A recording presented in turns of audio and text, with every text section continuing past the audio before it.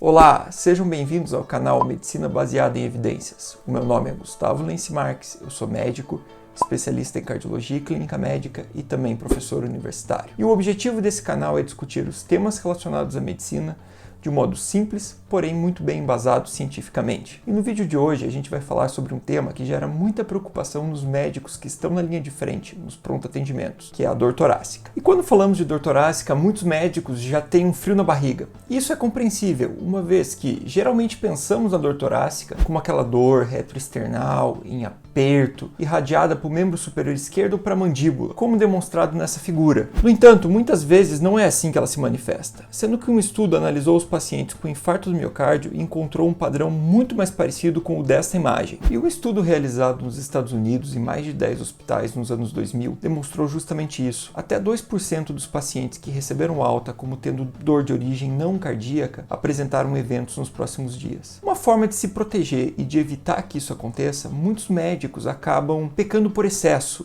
e tratando todos os pacientes como se tivessem dor de origem coronariana. Mas será que isso realmente é necessário? Para quem que a gente deve iniciar as medidas para síndrome coronariana aguda no momento que se apresenta no pronto atendimento com dor torácica? Por muito tempo, para fazer essa diferenciação, foram utilizados scores clínicos, como o TIMI-RISC ou o GRACE. No entanto, esses scores não foram validados para isso. Eles foram criados para você estabelecer prognóstico de pacientes que já têm doença coronariana aguda conhecida, e não para avaliar o paciente com dor torácica no pronto atendimento. Para isso, nos últimos anos surgiram diversas ferramentas. Uma delas que eu destaco é o EDAX, uma ferramenta que permite com que você classifique com determinada acurácia se o paciente apresenta uma dor de características anginosa ou não anginosa, baseado na história clínica, no exame físico e nos fatores de risco que o paciente apresenta. Ela permite com que você calcule facilmente o EDAX, utilizando aqui o preenchimento da idade, do sexo do paciente, dos fatores de risco conhecido e dos sintomas e sinais na apresentação, emitindo aqui um resultado de acordo com a possibilidade da dor torácica desse paciente ser anginosa ou não anginosa. Apesar da boa performance, esse score ainda apresenta algumas limitações, como o fato de ainda permitir que um pequeno número de pacientes seja classificados como portador de dor não anginosa, sendo que na verdade eles têm uma dor de origem anginosa. No entanto, como podemos ver nessa imagem, quando associamos o EDAX com a análise de troponina e eletrocardiogramas normais,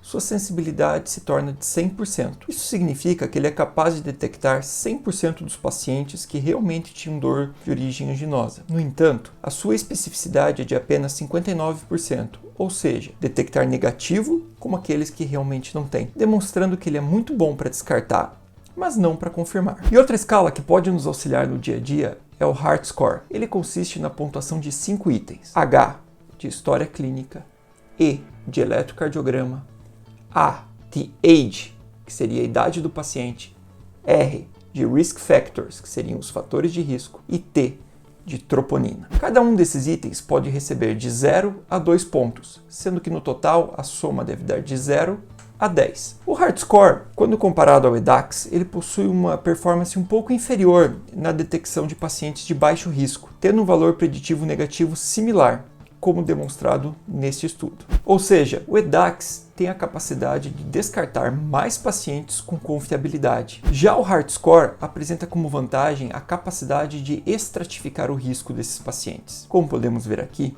pacientes que apresentem um Heart Score maior do que 7 apresentam um alto risco para eventos nas próximas semanas depois da admissão do pronto atendimento. E nesse quesito, ele é até superior ao TIMI e ao GRACE, que são as ferramentas habitualmente utilizadas para determinar prognóstico. Como podemos ver nesse estudo, que comparou os três e desenhou a curva ROC. A curva ROC ela é um elemento utilizado em epidemiologia e a capacidade de avaliar a acurácia de um teste. Quanto maior a área abaixo da curva, melhor é esse teste. Podemos ver que a área sobre a curva do Heart ela é bem superior em relação ao TIMI e ao GRACE, sendo de 0,86 contra 0,8 do TIMI e 0,73 do GRACE. Em resumo, eu costumo utilizar o EDAX como uma forma inicial de triagem e de determinar o momento do início das medidas para síndrome coronariana aguda e o Heart Score como forma de aprimorar meu raciocínio clínico e de determinar o prognóstico. E se você gostou desse vídeo, não se esqueça de deixar o like, se inscrever no canal se ainda não for inscrito e compartilhar com seus amigos. Isso é importante, pois ajuda o canal a continuar crescendo e trazendo conteúdos de educação médica de qualidade para vocês. Se você tem sugestão de algum tema de vídeo futuro, não se esqueça de escrever nos comentários. Os links para os artigos que foram referências na elaboração deste vídeo estão na descrição. Muito obrigado e até o próximo vídeo.